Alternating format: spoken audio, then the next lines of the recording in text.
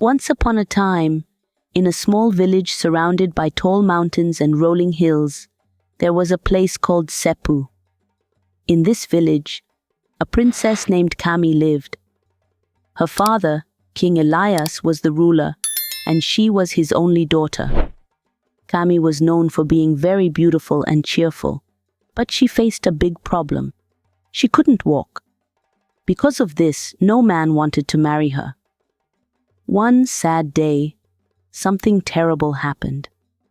Kami's father, King Elias, and her only brother, Prince Jonathan, who was supposed to be the next king, both got very sick and passed away. This left only Princess Kami and her mother, Queen Agatha, alive. Without the king or an heir, the throne of Sepu was empty, and that wasn't allowed. According to the village traditions, a woman who wasn't married couldn't become the ruler, so Kami couldn't take her father's place on the throne. Instead, Kami's uncle, Darian, was made the temporary king. He would rule until Kami got married, which made her feel very sad and worried. She wanted to reclaim her father's throne and keep his memory alive, but she had to marry first. This was a problem, because many young men in the village didn't want to marry her just because she couldn't walk, even though she was a princess. Each day that passed, her dream of becoming queen felt further away. Kami and her mother became the talk of the village. People would gossip about them and even say mean things. Many of them had never seen a wheelchair before, so they thought it was strange. Some people even believed that Queen Agatha, Kami's mother, had something to do with the king and prince's deaths, which was very hurtful. They also thought that Kami's legs didn't work because of dark magic, but none of this was true. Kami knew that if she could just get married, people might stop talking badly about her and her mother. She could also claim her father's throne and help the village as he did. One day, Kami decided to go to the market. She had heard people saying that there were new jewelry items from the city, and she wanted to buy a special gift for her mother. Kami remembered how her father would often buy jewelry and perfume for Queen Agatha, and how happy it made her mother. Since her father's death, no one had given her mother a gift, and Kami wanted to change that. She thought about sending a maid to buy the jewelry, but she was worried the maid wouldn't pick something her mother would like, so she went herself. As Kami moved through the village in her wheelchair, only a few villagers greeted her. She remembered that when her father was alive, everyone in the village used to bow and call him Your Majesty. Now, no one seemed to care that she was a princess. Some villagers even whispered behind her back or pointed at her, but she tried her best to ignore it. At the jewelry shop, the merchant was kind and showed her the most beautiful jewelry. Kami saw a piece she liked, bought it, and left the shop feeling happy. But as she wheeled back through the village, she passed a group of young women. One of them shouted at her, "Look at her, a princess without legs. You're an ugly creature who should never have been born." Kami stopped her chair and felt tears come to her eyes. She had been called worthless before, but no one had ever said they wished she hadn't been born. Those words hurt more than she expected, and the mean girls kept saying cruel things. "You're a witch," they yelled. "Your birth killed your father and brother. If you hadn't been born, they would still be alive." Kami couldn't take it anymore. She wanted to stay strong, but their words were too much for her. Just as she was about to cry, a young man appeared. He looked very upset with the girls. "That's enough," he said loudly. "How dare you speak like that to someone who has done nothing wrong to you?" The girls were surprised and a bit angry. One of them shouted back, "Who do you think you are to tell us what to do?" But the young man didn't back down. "I'm someone who believes in kindness and respect," he said firmly. and I won't stand by while you hurt someone who is already going through so much. Don't you have any respect for the late king? Don't you have any heart?" The girls were silent, giving him annoyed looks, but didn't say another word. They didn't apologize to Kami. They just rolled their eyes and walked away. After they left, the young man turned to Kami and knelt beside her. "Are you okay?" he asked gently. Kami, still shaken from the encounter, looked up at him with tears in her eyes. "Thank you," she said softly. "I didn't expect anyone to stand up for me." She looked at the young man more closely. He wore a straw hat with a wide brim, and there was a bag slung over his shoulder. Inside the bag she could see grains and seeds, so she guessed he was a farmer. This was the first time someone other than her family had shown her kindness. Kami, the princess, saw a kind man looking at her with a smile. She was curious about him, and he noticed. "I see you're wondering who helped you," he said with a grin. "My name is Jalen." Kami smiled back, though she was a bit unsure. "I'm Princess Kami. Thank you for helping me," she replied politely. Jalen recognized her and said, "Ah, Princess Kami. Everyone knows you as the princess with the wheelchair." Kami looked down sadly, but Jalen continued kindly. "If you need a quiet place to be alone, I know somewhere peaceful nearby." Kami agreed, even though she wasn't sure about following him.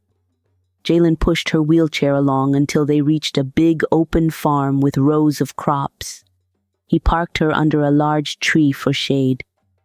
"Is this your farm?" Kami asked. Jalen smiled and nodded. "Thank you for bringing me here," Kami said, her voice a little shaky. Jalen looked at her with kindness. "I'm sorry those girls in the village were unkind to you," he said. "They don't realize how wonderful you are."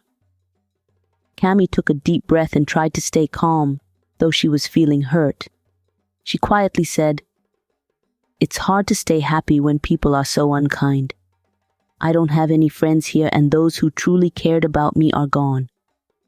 Jalen listened closely and then smiled. "Why are you smiling?" Kami asked. "Are you making fun of me?" But he shook his head. "Not at all, princess. You are beautiful, and those girls know it too. They are only mean because they're jealous. I'd like to be your friend and promise not to judge you." Kami's eyes grew wide as she listened, surprised by his words. She hadn't heard anything like that from anyone besides her father and the prince. After a moment of quiet, she smiled, then burst into laughter, so much that a tear rolled down her cheek. Jalen looked worried and asked, "Did I say something wrong?"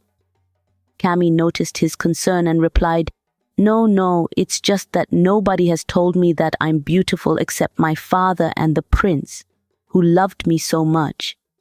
The villagers avoid me as if I'm a bad omen. It's strange to hear kind words from someone I barely know." Jalen nodded understandingly. "I get it. Life hasn't been easy for you. But you really are beautiful, princess." Then Jalen said, "I have some planting to finish here. It won't take long, and you can rest here while I work." He left her under the tree and went to plant more seeds, using a small machete to dig into the soil. Kami watched him as he worked, amazed at how focused he was. She almost forgot that Jalen had asked to be her friend. He looked so peaceful, working under the hot sun with a hat to protect him. Every now and then, he looked back at her with a smile, which made Kami smile too. It was the first time she'd smiled for real since losing her father and brother. When he was done planting, Jalen came back to sit beside her under the tree, taking off his hat and splashing some water on his face to cool down.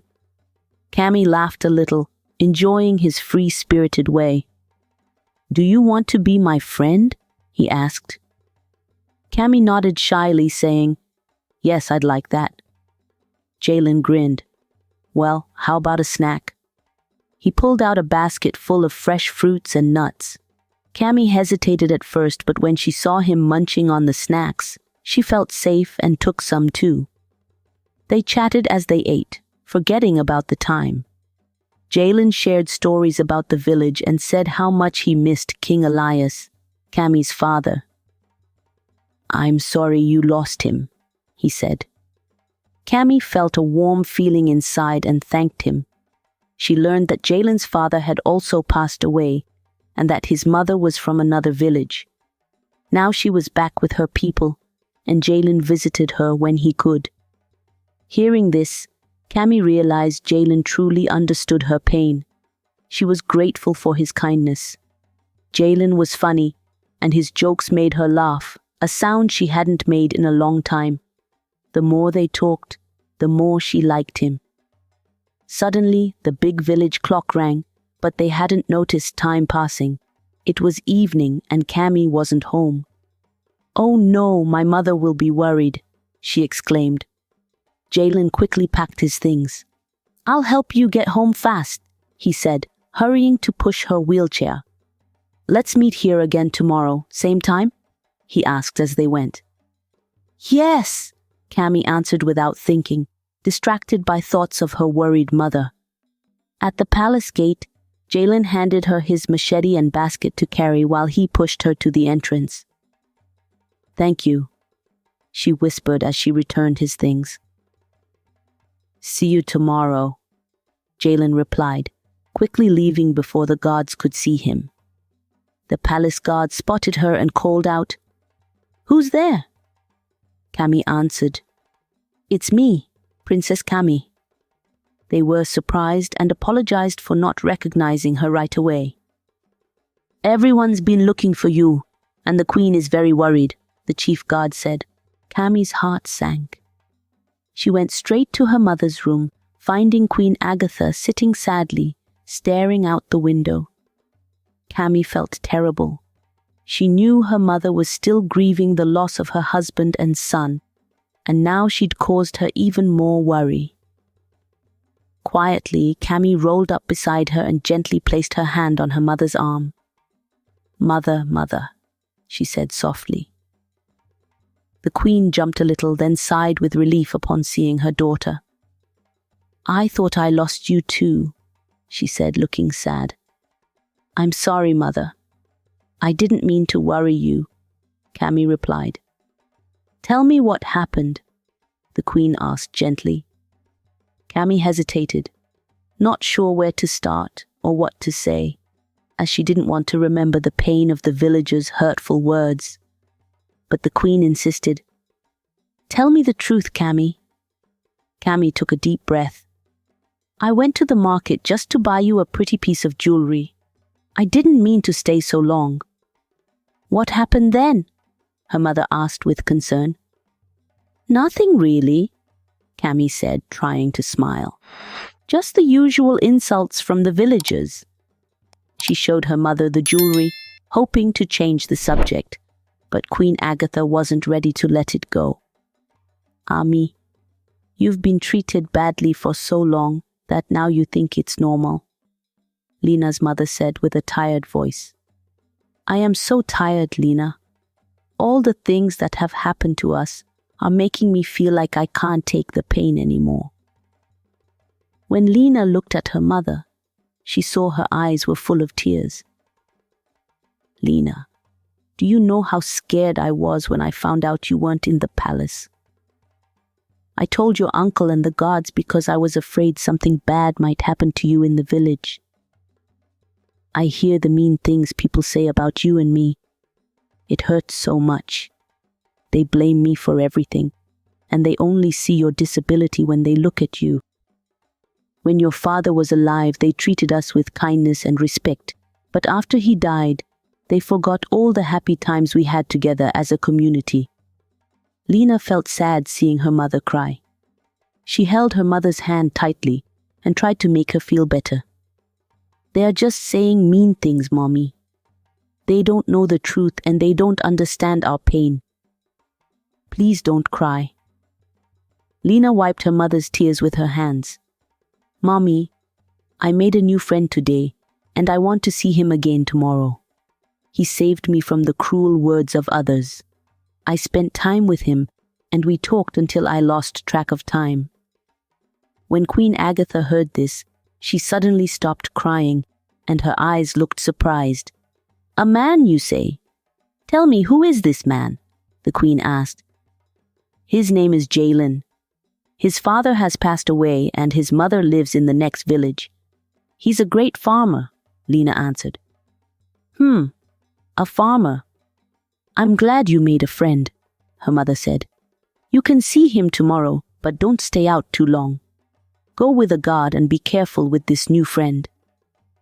Lena's face lit up with joy. "Thank you, Mommy. I'll go with a guard so you won't have to worry." "Good. Now go and see your uncle. He needs to know you're back," the queen said. Later that day, Lena went to see her uncle. She saw he was in a meeting with the village elders, so she waited at the door until they were finished. As the elders walked past her, she greeted them, but only a few greeted her back. The rest ignored her, as if she were invisible. When Lena entered the throne room, her uncle, King Darian, was sitting on his throne. The room was dimly lit, and there was a heavy feeling in the air. She bowed politely. "Your Majesty," she said in a firm and respectful voice. "Princess Lena," King Darian said, "it's good you decided to come back from wherever you went. Your mother was worried." Lena thought her uncle might ask if she was okay, or what kept her, but he didn't. She wasn't surprised. She knew her uncle wasn't very kind. He only acted like he cared to make her mother worry less. "Sorry I came back late, Uncle. I was with a friend," Lena said. I didn't know you had friends. I didn't think anyone would want to be friends with you," the king said, laughing. "Good luck with your friend. But next time, come back earlier. Leaving the palace gates open is dangerous for me and everyone's safety," the king said harshly. Lena was used to her uncle's unkindness.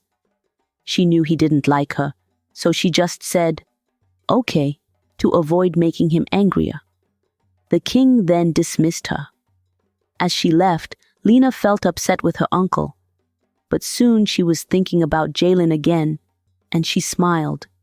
She wished for the next day to come quickly so she could see Jalen. After Lena left, the king thought about her and grew curious about this new friend of hers. He knew how mean the villagers were to her, so he was surprised when she said she had a friend. King Darian called his most trusted guard. "I have a special task for you," he said. "Keep an eye on Princess Lena and report back to me. This is very important, and no one should know you're doing it." The next day, Lena went to the farm to see Jalen. She was so happy to see him, and he smiled when he saw her. "Princess Lena, I'm glad you came," he said. "Aren't we friends? Why do you call me princess? Is this your way of keeping a distance?" Lena asked. "A distance? No, not at all. I just thought you'd like being called that." "We're just poor villagers in the eyes of the royal family," Jalen said. No, the royal family doesn't think that way. If I thought of you that way, I wouldn't spend time talking to you, Lena replied. And remember, it's because of you that the village has food to eat. Please, call me Cammy. Lena and Jalen spent the day laughing and talking. Jalen told her stories about his work on the farm, his mother and his village. When it was evening, just before the village clock rang, Lena said goodbye and went home. Later that night, King Darian called her to see him again. "I hear you went on another adventure today, Princess Lena. You should stop wandering around the village. Your presence upsets the villagers, and I don't want them to harm you," he said. Lena laughed to herself. She didn't understand why the king was suddenly interested in her life. She knew he wasn't actually worried. He just didn't want her going around the village in her crippled state. "Your Highness, I went with a guard, so no one could have hurt me," Lena replied. Then King Darian called for his god. "Tell me what happened today," he said. The god replied, "Today, Princess Amaka met with a farmer."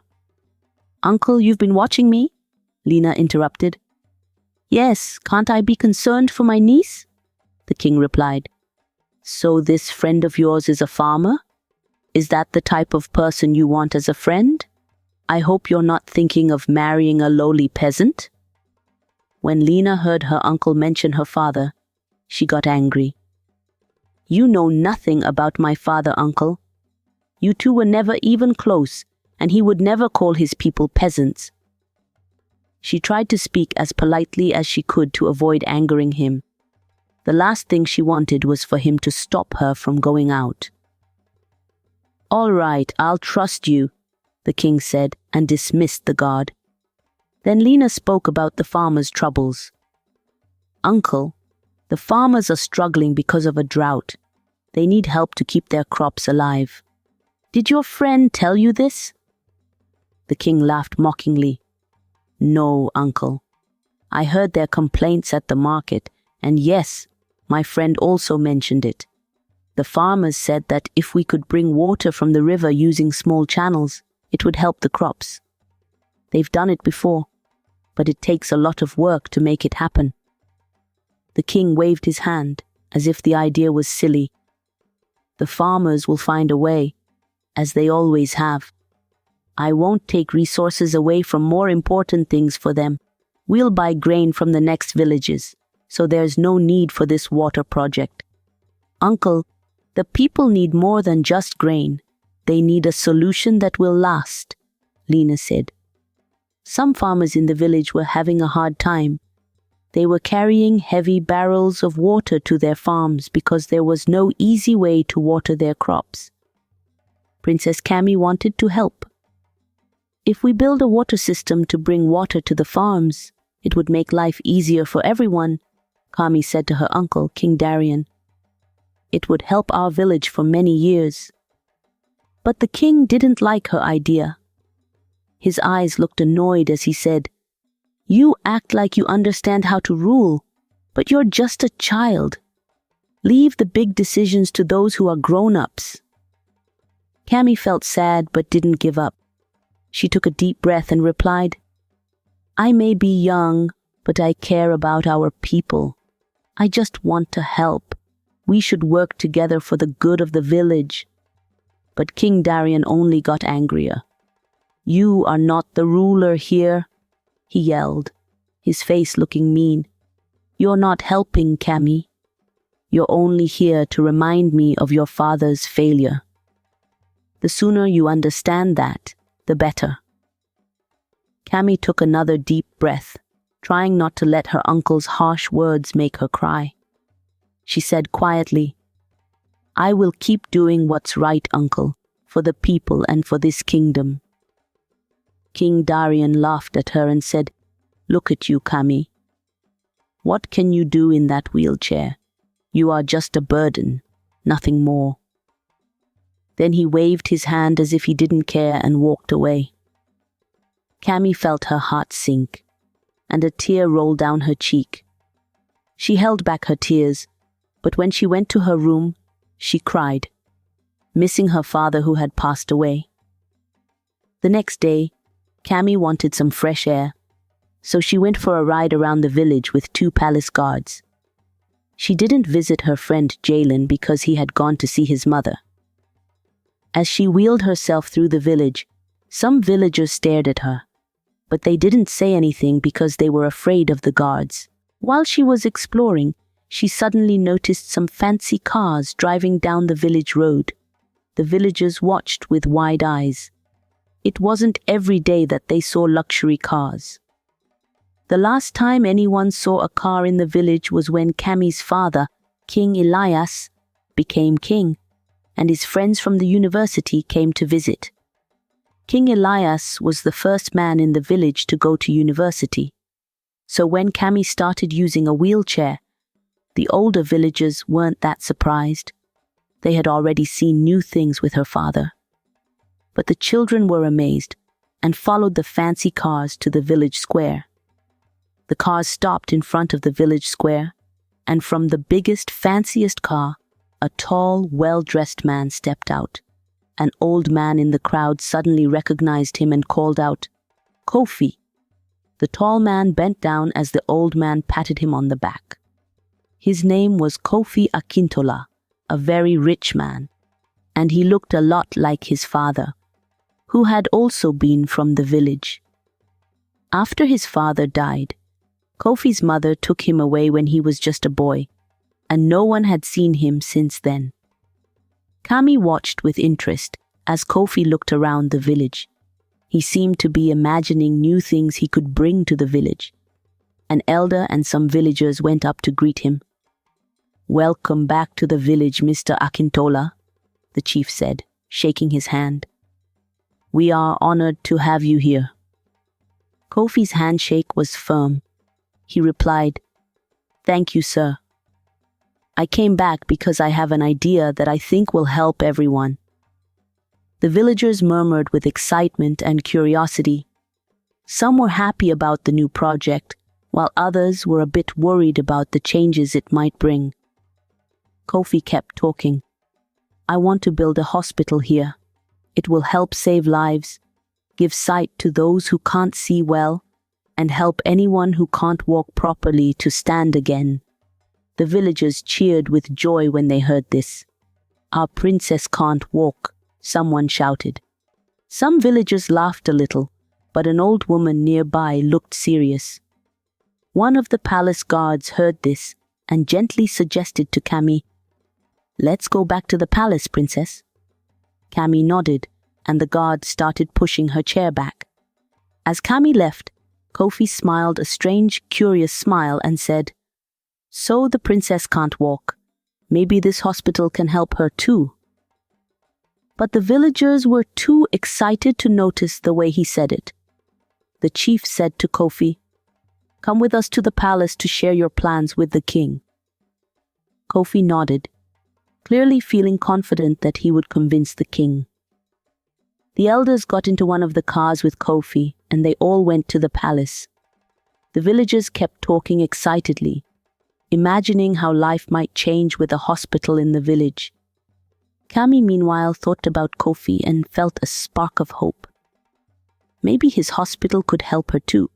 She was so deep in thought that she didn't even realize she had already reached the palace gates. But the meeting didn't go as Kofi expected. The king was not interested in building a hospital. Kofi didn't understand why. He thought a hospital would be really good for the village. Instead, the king suggested he fix up the village school and offer scholarships so the students could go to university, just like Kofi had done. The elders decided to stop the meeting for now, but they promised Kofi they would try to convince the king later.